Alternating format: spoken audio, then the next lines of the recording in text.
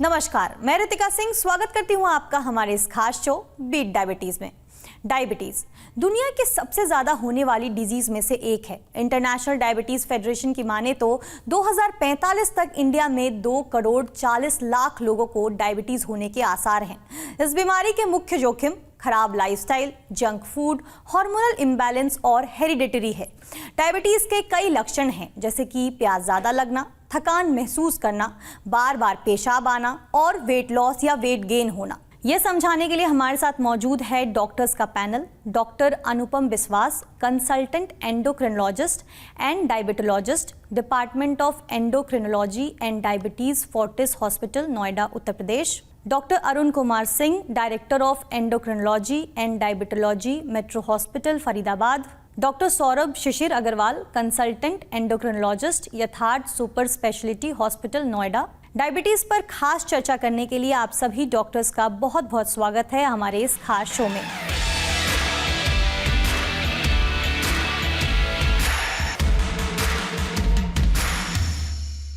Doctor अनुपम, मेरा पहला सवाल आपसे है, क्या आप हमें यूथ पर डायबिटीज की शुरुआत के इफेक्ट के बारे में बता सकते हैं, खासकर तब से जब एक सोसाइटी के रूप में हम लंबे समय से इस मिथ पर विश्वास करने लगते हैं कि डायबिटीज बुढ़ापे से संबंधित है और यूथ को नहीं होता है। आपने बहुत ही महत्वपूर्ण प्रश्न ये पूछा है, क्योंकि अब हम डायबिटीज में, टाइप 2 डायबिटीज में एक शिफ्ट ऑफ ट्रेंड देख रहे हैं, जो कि पहले ओल्ड एज में होती थी। आजकल टाइप 2 डायबिटीज यहाँ तक कि यंगस्टर्स और बच्चों में भी पाई जाने लगी है।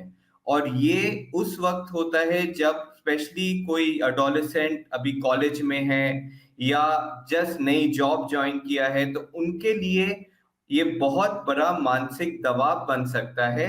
और इसलिए ऐसे समय पर पेशेंट को मोटिवेट करना बहुत इंपॉर्टेंट है और उसको डायबिटीज के बारे में और इसकी कॉम्प्लिकेशंस और रिस्क फैक्टर्स और इसके बारे में, मैनेजमेंट के बारे में जानना बहुत ही महत्वपूर्ण होता है। डॉक्टर अरुण, क्या आप हमें उन लाइफस्टाइल के बारे में बता सकते हैं जो इस बीमारी को बढ़ावा देते हैं? क्या ऐसे कोई साइन और सिम्टम्स हैं जिस पर किसी को ध्यान देना चाहिए? यंग एडल्ट को डायबिटीज कितने समय तक अननोटिस रह सकती है? जी, बहुत ही इम्पोर्टेंट सवाल किए हैं आपने। अभी अभी हमने बात करी, जैसा कि डॉक्टर अनुपम ने बताया, कि एक ट्रेंड देखा जा रहा है जो डायबिटीज़ जो है पहले ओल्ड एज में, बुढ़ापे में देखा जाता था और अब कम एज में देखा जा रहा है। तो इसके कई सारे कारण हैं जिसकी वजह से कम एज में डायबिटीज़ आमतौर पे देखा जाने लगा है। और अगर हम डायबिटीज़ के कारकों की बात करें तो उसमें कुछ चीज़ें हैं जिसको हम चेंज नहीं कर सकते हैं, जैसे कि हमारे जीन्स हैं, जेनेटिक रिस्क है, फैमिली हिस्ट्री है। बट जो मॉडिफाइबल रिस्क हैं, जिन कारणों को हम चेंज कर सकते हैं डायबिटीज़ के रीजंस को, वही कारण है जिनकी वजह से डायबिटीज़ यंग एज में बच्चों में भी देखा जा रहा है। इसमें जो मेन कारण है इनएक्टिव लाइफस्टाइल, सेडेंटरी लाइफस्टाइल, निष्क्रिय रहना। बच्चे भी स्क्रीन पे, फोन पे वीडियो गेम्स खेलते हैं, बिजी हैं अच्छे स्कोर्स करने में, they are not going for playing outdoor games. Healthy lifestyle में हम सबको, बच्चों को स्पेशली, कम से कम 1 घंटा स्पेंड करना चाहिए फील्ड में, दौड़ भाग में, खेल कूद में। वो बिल्कुल नहीं हो रहा है। सेकेंड इम्पॉर्टेंट रीजन है unhealthy food choices, ready to eat food, junk food खा रहे हैं, तला भुना खा रहे हैं, मोटे हो रहे हैं इन दोनों वजहों से, क्योंकि निष्क्रिय हैं और खाना जो है हम गलत खा रहे हैं। सो मोटापा, sedentary lifestyle and unhealthy eating, ये 3 कारण हैं जिनकी वजह से डायबिटीज जो है कम एज में देखा जा रहा है।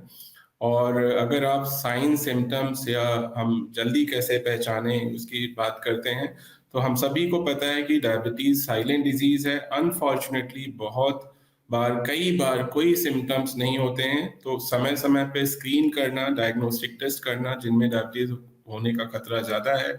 इसमें से वो लोग आते हैं जो मोटे हैं, जो एक्सरसाइज नहीं करते हैं, जिनकी फैमिली में डायबिटीज है। और अगर सिम्टम्स कम एज में हो तो इग्नोर बिल्कुल ना करें, या सोच के कि ये तो सिर्फ बुढ़ापे में देखी जाती है बीमारी, बचपन में हो नहीं सकती, क्योंकि बच्चों में भी डायबिटीज हो सकती है। तो जो सिम्टम्स हैं, बार बार प्यास लगना, थका महसूस करना, सडनली अचानक से वजन घट जाना, भूख ज़्यादा लगना, ये सब सिम्टम्स हो सकते हैं। और बहुत ही कॉमन सिम्टम हम लोग देखते हैं जब शुगर लेवल्स बहुत ज़्यादा रहता है, तो गुप्तांगों का इन्फेक्शन, ये भी बहुत ही कॉमन रीज़न है और कई बार इग्नोर हो जाता है और डायबिटीज़ डायग्नोसिस में डिले हो जाता है। और जहाँ तक बात है कि कितने साल तक एसिम्प्टोमेटिक या साइलेंट बीमारी रह सकती है, ये कई सालों तक साइलेंट और एसिम्प्टोमेटिक रह सकता है। अगर कोई भी सिम्टम्स हैं जिनका डायबिटीज से लिंक हो सकता है या किसी को डायबिटीज होने का ज़्यादा खतरा रहता है, तो रूटीनली टेस्ट करा लेना ही एक सोल्यूशन है जिससे आप डायबिटीज को सही समय पर डायग्नोज कर सकते हैं। डॉक्टर शिशिर, अब ये सवाल आपसे है। आजकल यंगर पॉपुलेशन काफ़ी प्रोडक्टिव और सोशली काफ़ी एक्टिव माने जाते हैं।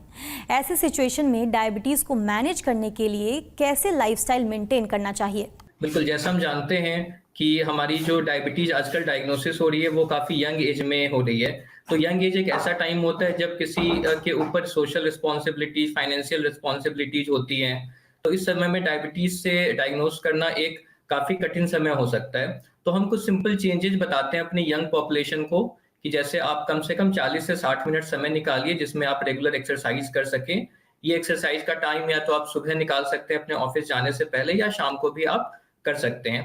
इसके अलावा हफ्ते में आप 3 दिन कोशिश करें कि थोड़ी सी स्ट्रेंथ ट्रेनिंग करें, जो कि आजकल रूटीनली सारी गाइडलाइंस रिकमेंड करती हैं कि आप हफ्ते में 3 दिन स्ट्रेंथ ट्रेनिंग करें। अगर फिर भी आपको समय नहीं मिलता है तो आप घर में कोशिश कर सकते हैं कि एक ट्रेडमिल या स्टैटिक बाइसाइकिल रख सकें, और अगर वो भी संभव नहीं है तो आप किसी भी फॉर्म का योगा या फिर आप सिंपल एक्सरसाइज जैसे सूर्य नमस्कार वगैरह भी प्रैक्टिस कर सकते हैं। ये टाइम आप चाहें तो अपने जो डिजिटल डिटॉक्स के से अलग निकाल सकते हैं। जो सोशल मीडिया आप यूज करते हैं उससे 1 घंटे का अलग समय दें। अगर आपकी जॉब स्ट्रेसफुल है, अगर नाइट शिफ्ट वर्कर्स आते हैं हमारे पास, काफ़ी लोग ऐसे आते हैं जो फ्रीक्वेंट ट्रैवल करते हैं जिसकी वजह से उनकी डाइट काफ़ी कॉम्प्रोमाइज़ हो जाती है।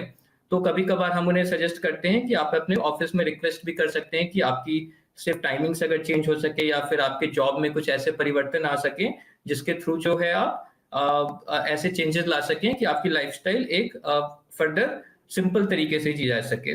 और जब भी आप बाहर खाना खाते हैं तो ये ध्यान रखें कि instead of deep fried food आप सिंपल ग्रिल्ड सब्जियां खा सकते हैं, आप स्टीम्ड या फिर आप लाइटली सॉटेड चीज़ों का इस्तेमाल कर सकते हैं। तो ये कुछ सिंपल चेंजेस हैं जो कि आप अपनी डाइट और लाइफस्टाइल में लाकर अपनी डायबिटीज को बेहतर रूप से मैनेज कर सकते हैं। मेरा अगला सवाल डॉक्टर अनुपम आपसे है। क्या कुछ ऐसे ट्रेंड्स और पैटर्न्स हैं जो पर्टिकुलरली यंगर पॉपुलेशन से रेलिवेंट हैं? हाँ, सो जैसा कि बाकी लोगों ने भी बताया, बाकी डॉक्टर्स ने भी बताया, यंगर पेशेंट्स जो हमारे पास आ रहे हैं वो सेंट्रीपिटल ओबेसिटी या मोटापे के साथ आते हैं। उनका एक सेडेंटरी लाइफस्टाइल होता है और उनमें इंसुलिन रेजिस्टेंस ज़्यादा पाया जाता है। यहाँ तक कि उनकी डाइट भी अनियमित होती है और उसके कारण ये डायबिटीज के लिए कंट्रोल नहीं होने का बहुत मुख्य कारण बन जाती है।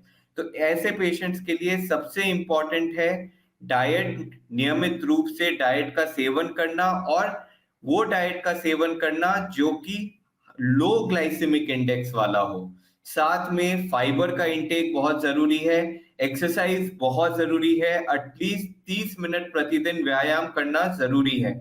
यंगर पेशेंट्स में हमने ये भी देखा है जो कि रिसेंटली डायग्नोज डायबिटीज है, अगर वो अच्छी तरह से डाइट, लाइफस्टाइल मॉडिफिकेशन और एक्सरसाइज को फॉलो करें तो इन पेशेंट्स में डायबिटीज रेमिशन की भी चांसेस बहुत बढ़ जाती हैं और बहुत ही कम दवाइयों के साथ या बिल्कुल ही बिना दवाइयों के भी इनकी ब्लड ग्लूकोज की मात्रा कंट्रोल में रह सकती है। ये सवाल मेरा डॉक्टर अरुण आपसे है। High stress professional roles, frequent travelling, irregulated working hours और लेट नाइट वर्किंग, इन सब चीज़ों का डायबिटीज़ पर क्या असर पड़ता है?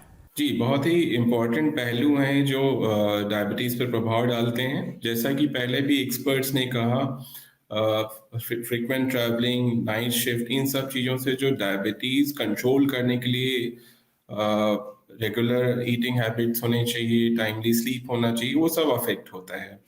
बट अनफॉर्चुनेटली आज के समय में हम इन सब चीज़ों से स्किप नहीं कर सकते हैं, भाग नहीं सकते हैं। प्रोफेशनल्स जो हैं सारी जॉब बहुत डिमांडिंग हो गई हैं, ट्रैवलिंग करना पड़ता है, वर्किंग आवर्स प्रोलॉन्ग हो गए हैं, वर्क फ्रॉम होम है। तो अगर आप अवेयर हैं, आपको सॉल्यूशंस पता है कि कैसे मैनेज करना है, हमें बीच में मील का टाइम कैसे निकालना है, एक्सरसाइज कब करना है, और फूड चॉइसेस में आई थिंक आपको हर जगह ऑप्शंस होता है। What I feel in daily practice कि लोग सेल्फ कंट्रोल नहीं कर पाते हैं। ये चैलेंजेस तो हैं, बट जो डायबिटीज को प्रभावित करता है और कंट्रोल बिगाड़ देता है, उसमें से सेल्फ कंट्रोल वाला कंपोनेंट बहुत मिसिंग है। और यस, शिफ्ट वर्क का बुरा प्रभाव पड़ता है, और कई बार अगर पॉसिबल हो, अगर संभव हो, तो आप अपने एम्प्लॉयर से रिक्वेस्ट कर सकते हैं कि आपका एक फिक्स कर दिया जाए वर्किंग आवर्स। बट सिर्फ वर्किंग आवर फिक्स करने से प्रॉब्लम सॉल्व नहीं होगी जब तक आप डिसिप्लिन लाइफस्टाइल नहीं फॉलो करेंगे। और डिसिप्लिन लाइफस्टाइल में ये 3 बहुत ही इंपॉर्टेंट फैक्टर्स हैं। आपका food balance, fibres, protein, carbohydrate एक बैलेंस में लेना, आधा पौना घंटा डेली एक्सरसाइज करना जैसा कि दूसरे एक्सपर्ट्स ने सलाह दी, और समय समय पे भोजन लेना, समय से दवाइयाँ लेना। अगर आपका नाइट शिफ्ट नहीं है, ट्रेवल नहीं भी करते हैं और ये चीजें फॉलो नहीं करते हैं, तो आपका डायबिटीज कंट्रोल नहीं हो सकता। और एक दूसरे एंड पे डायबिटीज से पीड़ित जो हैं एथलीट्स भी रहे हैं, गोल्ड मेडलिस्ट भी रहे हैं, चैंपियंस भी रहे हैं, प्लेयर्स हैं अलग अलग स्पोर्ट्स में, डायबिटीज से पीड़ित, टाइप 1 डायबिटीज से पीड़ित चैंपियंस रह चुके हैं। तो डायबिटीज जो है वो आपको किसी चीज से रोकता नहीं है, आप इसके साथ में सब कुछ अचीव कर सकते हैं, कुछ भी कर सकते हैं, लेकिन आपको सही जानकारी और डिसिप्लिन लाइफस्टाइल फॉलो करना। डॉक्टर शिशिर, क्या आप हमें बता सकते हैं कि क्या कोई स्पेसिफिक मेंटल हेल्थ कंसर्न है जो डायबिटीज़ को डायग्नोज कर सकती है या डायबिटीज़ से प्रेरित हो सकती है, और अगर हाँ तो इसको सॉल्व करने के क्या तरीके हैं? डायबिटीज की हम बात करें तो डायबिटीज में एक फिजिकल बर्डन, फाइनेंशियल बर्डन के अलावा मेंटल बर्डन भी काफी इंपॉर्टेंट रोल प्ले करता है। जैसे ही एक इंडिविजुअल को पता चलता है कि उसे डायबिटीज हो गई है, उसे अपने फ्यूचर के बारे में अनिश्चितता, कैसे वो अपनी डायबिटीज को मैनेज करेगा, उसके फाइनेंसेस का क्या होगा, आगे उसे किस तरह के कॉम्प्लिकेशंस हो सकते हैं, विभिन्न तरह के पीयर प्रेशर आ जाता है कि आप ये लाइन ऑफ ट्रीटमेंट फॉलो करो, आप इस चीज पर जाओ। अगर आपकी डायबिटीज सही से मैनेज नहीं हो पा रही है तो एक गिल्ट फीलिंग आने लगती है। तो ये देखा गया है कि मेंटल हेल्थ चैलेंजेस काफी होते हैं। मोर कॉमनली अगर हम बात करें तो एंजाइटी काफी कॉमन होती है। एंजाइटी 20% ऑफ डायबिटिक इंडिविजुअल में देखी जा सकती है। इसके अलावा अगर हम डायबिटीज की बात करें तो डायबिटीज के patient 20% of the diabetic patients में डिप्रेशन भी किसी फॉर्म में देखा जाता है। दूसरी चीज देखी जाती है कि डायबिटीज के फॉर्म में स्ट्रेस हार्मोन्स कभी कभार ज्यादा हो सकते हैं। अगर आपको चिंता होती है तो आपके कॉर्टिसोल हार्मोन, कैटेकोलामिन हार्मोन्स ये ज्यादा बढ़ सकते हैं, जो कि उल्टा आपकी शुगर को और ज्यादा बढ़ा सकते हैं। दूसरा जो रिलेशन होता है डायबिटीज और मेंटल हेल्थ प्रॉब्लम्स का, हमेशा वो बाई डायरेक्शनल रिलेशन देखा गया है। जैसे कि डायबिटीज के पेशेंट्स को डिप्रेसिव या एंजाइटी सिम्टम होने का रिस्क ज्यादा होता है, वैसे ही जो पेशेंट जो कि किसी भी मेंटल हेल्थ प्रॉब्लम से ग्रसित होते हैं, उनमें भी देखा गया है कि उनको डायबिटीज होने का रिस्क ज्यादा बढ़ जाता है। और अगर हम डायबिटीज बेटर कंट्रोल करें तो ये mental health problems better manage होती हैं। अगर हम अपने मेंटल हेल्थ प्रॉब्लम्स का अच्छा ट्रीटमेंट करें तो डायबिटीज में देखा गया कि आपका HbA1c 0.5% तक कम हो सकता है। इसके अलावा कुछ ईटिंग डिसऑर्डर्स हो सकते हैं। टाइप 1 डायबिटीज में कॉमनली बॉडी डिस्मॉर्फिज्म हो सकता है। कुछ ऑब्सेसिव कंपल्सिव डिसऑर्डर्स को देखा गया है कि जो डायबिटीज में इंक्रीज प्रिवलेंस से मिलते हैं। अगर हम इन मेंटल हेल्थ प्रॉब्लम्स का सही ट्रीटमेंट सोचें तो as a diabetes super specialist जो इम्पोर्टेंट चीज होती है कि डायबिटीज ट्रीटिंग टीम में हमेशा एक मेंटल हेल्थ प्रोफेशनल होना चाहिए, जिनको इसका सही ट्रीटमेंट पता होना चाहिए। हम एज अ प्राइमरी फिजिशियंस भी हम अपने पेशेंट्स से पूछ सकते हैं कि कहीं उनको ये सिम्टम तो नहीं है। हम उनकी फैमिलीज को जरूर इन्वॉल्व करें, क्योंकि इवन ये डायबिटीज थीम रहा है कि फैमिली जो है वो काफी इंपॉर्टेंट रोल प्ले करती है, बिकॉज वो आपके प्राइमरी केयर टेकर्स होते हैं। सो ये डिफरेंट स्टेप्स हैं जो कि हम फॉलो करके डायबिटीज में डिफरेंट होने वाली मेंटल हेल्थ प्रॉब्लम्स को मिनिमाइज और उसका सही तरीके से ट्रीटमेंट कर सकते हैं। डॉक्टर अनुपम, एडल्ट्स के लिए डायबिटीज केयर एंड मैनेजमेंट के फाइनेंशियल बर्डन के बारे में बताएं और साथ ही चैलेंजेस को कैसे हैंडल कर सकते हैं। तो ये बहुत ही महत्वपूर्ण सवाल है जो कि आपने पूछा, क्योंकि जब कोई पेशेंट डायबिटीज डायग्नोस होता है तो उनके खर्चे भी बढ़ जाते हैं, चाहे वो दवाइयों के खर्चे हो या लाइफस्टाइल मेंटेन करने के भी खर्चे हो, और साथ में रेगुलर टेस्टिंग कराने के भी खर्चे बढ़ जाते हैं। बट एक बात जो कि बहुत महत्वपूर्ण है और हमारे लिए बहुत इम्पोर्टेंट है जान लेना, कि कि डायबिटीज से जो कॉम्प्लिकेशंस हो सकती है उसको ट्रीट करने का फाइनेंशियल बर्डन डायबिटीज ट्रीट करने से कहीं ज्यादा होती है। इसलिए अंग्रेजी में जैसे कि एक कहावत है, saving a Penney today and spending a pound tomorrow.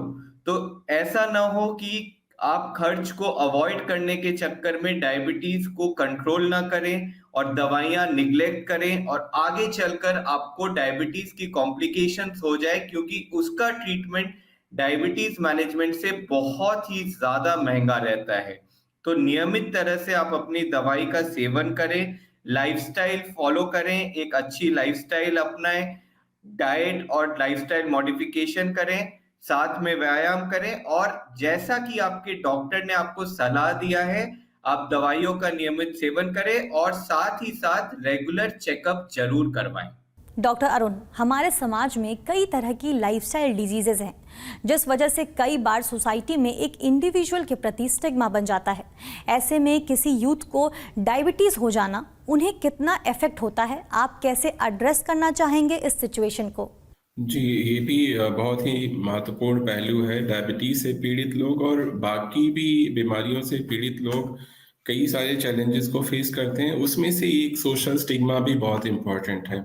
कई बार लोग कंफर्टेबल नहीं होते हैं कि लोगों को पता चल जाएगा हमें डायबिटीज़ है। इवन बड़ों में भी होता है, बच्चों में स्पेशली ज़्यादा होता है कि बच्चे को डायबिटीज़ है, लोगों को पता नहीं चलना चाहिए।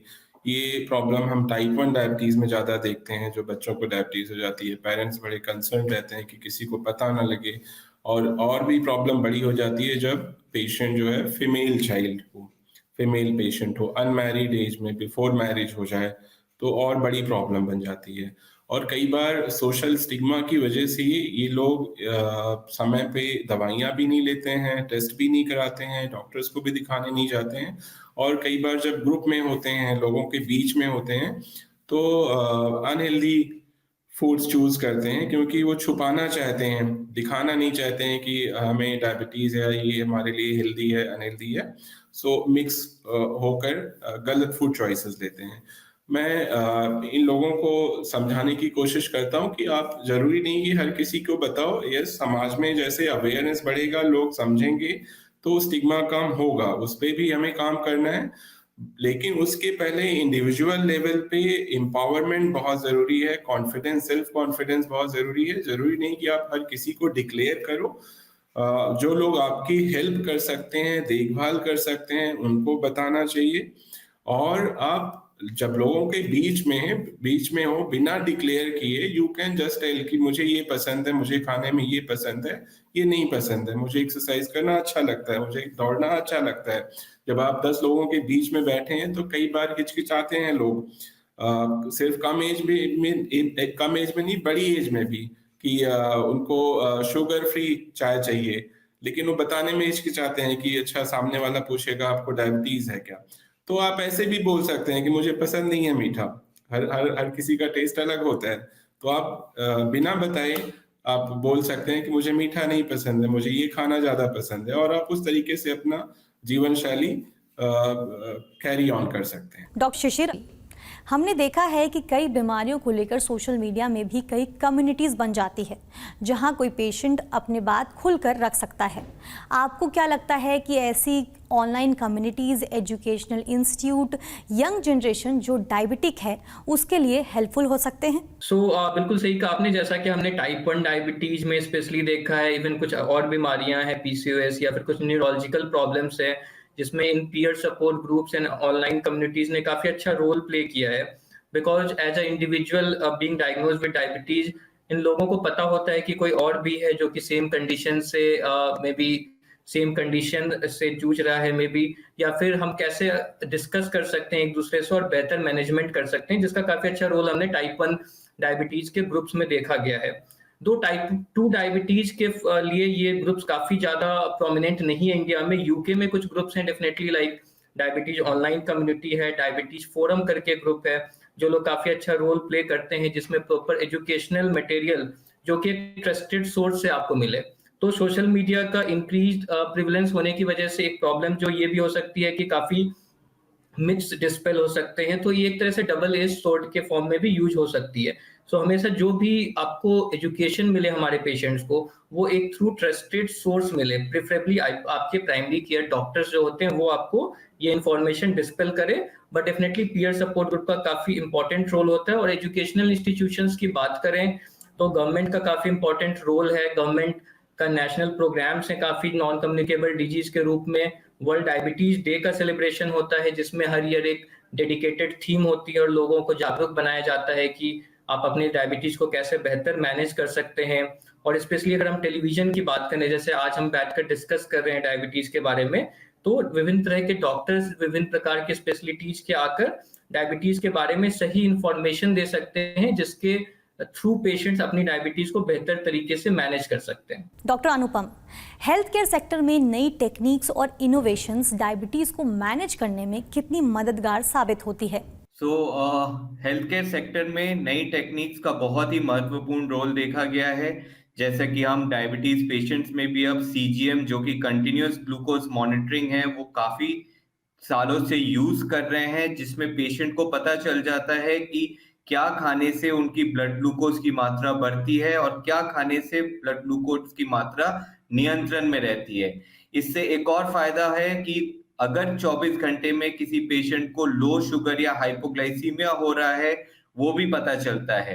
टाइप 1 डायबिटीज में भी बहुत इनोवेशन हुआ है और नए नए इंसुलिन पंप आ रहे हैं जिसमें ब्लड ग्लूकोज कंट्रोल और अच्छा पाया गया है।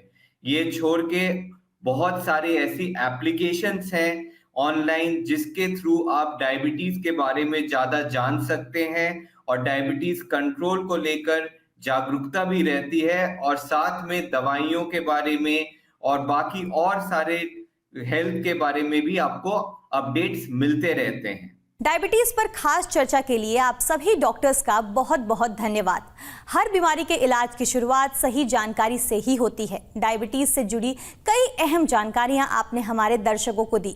उम्मीद है आप सभी डॉक्टर्स के बताए इन लक्षणों को पहचानेंगे और अपना ख्याल रखेंगे ताकि डायबिटीज से बचा जा सके। इस खास शो में फिलहाल इतना ही। धन्यवाद।